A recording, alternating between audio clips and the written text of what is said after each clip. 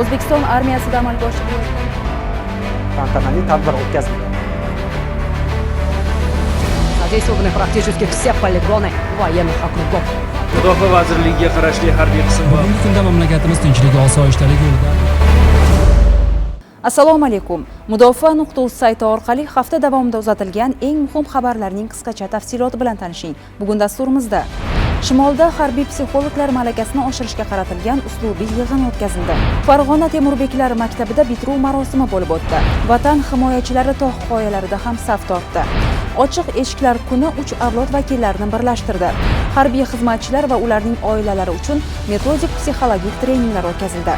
Markaziy harbiy okrugda artilleriya bo'linmalarining taktik o'quv mashg'ulotlari o'tkazilmoqda. Chaqmoq trening tadbirlarida yoshlarning faolligi ortmoqda.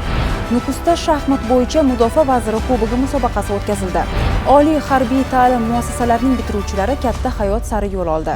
Shimoliy g'arbiy harbiy okrugda harbiy psixologlar malakasini oshirishga qaratilgan uslubiy yig'in bo'lib o'tdi. Tadbirda zamonaviy psixodiagnostika, stressni boshqarish, favqulodda vaziyatlarda psixologik yordam ko'rsatish bo'yicha amaliy mashg'ulotlar tashkil etildi. Shuningdek, yig'in davomida harbiy psixologlar uchun qator amaliy mashg'ulotlar tashkil etildi. Dala o'quv maydonidagi interaktiv o'yinlar orqali psixologlarning kasbiy ko'nikmalari mustahkamlandi. Farg'ona shahridagi Temurbeklar maktabi harbiy akademik litseyida bitiruvchilarning katta hayotga yo'l olish marosimi tantanali tarzda o'tkazildi. Tadbirda bitiruvchilarga diplom va ko'krak nishonlari topshirilib, ularning vatanga xizmat yo'lidagi ilk qadamlari e'tirof etildi.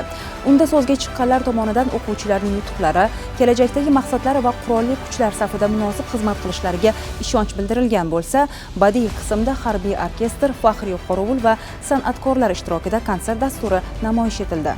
Mudofaa vazirligi tog' tayyorgarligi o'quv mashqlar markazida harbiy xizmatchilar ishtirokida navbatdagi o'quv mashg'ulotlari o'tkazildi. Mashg'ulotlar doirasida harbiy xizmatchilar 5 kilometrlik marsh yurish hamda tik qoyalarni zabt etish kabi mashg'ulotlarni amalga oshirishdi. Xususan, arqon yordamida daraning narigi tomoniga o'tish, balandlikdan xavfsiz tushish kabi murakkab amaliy harakatlarni bajarib, o'zlarining jismoniy va ruhiy tayyorgarliklarini namoyish etdilar. Qariyb 3000 metr balandlikdagi bu sinovlar harbiy xizmatchilarning matonati, chaqqonligi va safdoshlar bilan uyg'unlikda harakat qilish malakasini yanada oshirishga xizmat qildi. Chirchiq shahridagi harbiy qismda o'tkazilgan ochiq eshiklar kuni tadbiri yoshlar, nuroniylar va harbiy faxriylarni birlashtirdi. Tadbir vatan posbonlarining dadil harakatlari bilan to'yingan qo'l jangi-yu faxriy qorovul bo'linmalarining saf chiqishlari ko'rgazmasi bilan boshlandi. Kun davomida yoshlar uchun harbiy texnika, zamonaviy qurollar va o'quv aslaha ko'rgazmalari namoyish etildi. Tadbirning yakunida tashkil etilgan 3 avlod uchrashuvi hamda vatanni, tinchlikni ulug'lovchi kuy-qo'shiqlarni ijro etilgani yuraklarga g'urur, faxr va vatanparvarlik ruhini joy etdi. Toshkent viloyati Bo'stonliq tumanidagi harbiy qismda Mudofaa vazirligi tomonidan 2 kunlik metodik psixologik treninglar tashkil etildi. Mashg'ulotlarda oilaviy nizolarni boshqarish, shaxsiy o'sish, rollar muvozanatini ta'minlash va ma'naviy qadriyatlar kabi mavzular amaliy yondashuvlar asosida ko'rib chiqildi. Kun davomida ishtirokchilar kichik guruhlar shaklida bir qancha mavzulardagi treninglarda ishtirok etdi. Yakunda harbiy orkestr ijrosida uyushtirilgan madaniy dastur ishtirokchilarda vatanparvarlik tuyg'ularini yana bir bor mustahkamladi.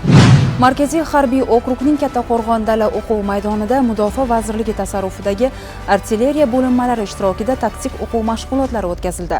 Real jang sharoitiga yaqinlashtirilgan mashg'ulotlarda shaxsiy tarkib harakatlarining muvofiqligi, aniqligi va tezkorligini namoyon etdi. Nishon koordinatalarini aniqlashda razvedka bo'linmalari zamonaviy texnika va dronlardan samarali foydalandi. O'quvlar davomida artilleriyachilar o'z nazariy bilimlarini amalda sinab ko'rish, kichik guruhlar tarkibida mustaqil harakat qilish va komandirlik sifatlarini shakllantirish imkoniyatiga ega bo'ldi. Bolalarning bo'sh vaqtini mazmunli tashkil etish bo'yicha o'tkazilayotgan Dolzarb 90 kunlik doirasida yurtimizning turli go'shalarida chaqmoq trening, harbiy sport musobaqalari tashkil etilmoqda. Xususan, bu kabi tadbirlar butun respublikamiz bo'ylab oromgohlar va mahallalarda ham o'tkazildi. Musobaqada yoshlar chang'ida harakatlanish, to'siqlardan o'tish, merganlik mashqi kabi sinovlarda qizlar va o'g'il bolalar birdek faol ishtirok etib, jamoaviylik, tezkorlik va tafakkur qobiliyatlarini namoyon etdilar. G'olib jamoalar tashkilotchilar tomonidan diplom va esdalik sovg'alari bilan taqdirlanishdi. Nukus garnizoni ma'naviyat va ma'rifat markazida sportning shaxmat turi bo'yicha Mudofaa vaziri kubogi uchun musobaqa o'tkazildi. Mazkur musobaqada Buxoroda harbiy okrug qism va muassasalardan saralangan iqtidorli harbiy xizmatchilar o'z bilim va salohiyatlarini namoyon etishdi. Turnir davomida ishtirokchilar strategik fikrlash, diqqat va sabr-toqat kabi fazilatlarni amalda sinovdan o'tkazish imkoniyatiga ega bo'ldi. Yakunda Janubi-G'arbiy maxsus harbiy okrug jamoasi Mudofaa vaziri kubogi sohibiga aylandi. G'olib va sovrindorlar Mudofaa vazirligining diplom hamda qimmatbaho sovg'alari bilan taqdirlanishdi. O'zbekiston Respublikasi Qurolli Kuchlar Akademiyasi, Chirchiq Oliy tank qo'mondonlik muhandislik bilim yurti, Harbiy aviatsiya instituti, Harbiy tibbiyot akademiyasi hamda Aloqa harbiy institutida bitiruv marosimlari bo'lib o'tdi.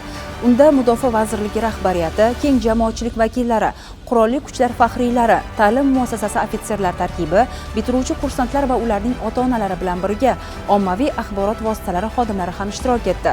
Davlat madhiyasi sadolari ostida boshlangan marosim vatanga sadoqat, xizmatga shaylik va kasbga bo'lgan yuksak hurmat ruhida o'tdi. Tadbir davomida bitiruvchilarga diplom, faxriy yorliqlar, esdalik sovg'alari hamda ota-onalarga minnatdorlik maktublari topshirildi. Tantana yakunida bitiruvchilar harbiy qasamyodga sodiqlik, yurt himoyasida xizmatda yuksak professionallik va halollik bilan xizmat qilishga va'da berdilar.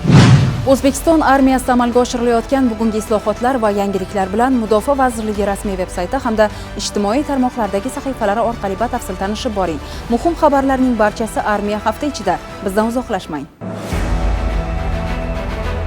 O'zbekiston armiyasida amalga oshirilayotgan tantanali tadbir o'tkazildi. Задействованы практически все полигоны военных округов. Mudofaa vazirligiga qarashli harbiy qism va Bugungi kunda mamlakatimiz tinchlik, osoyishtalik yo'lida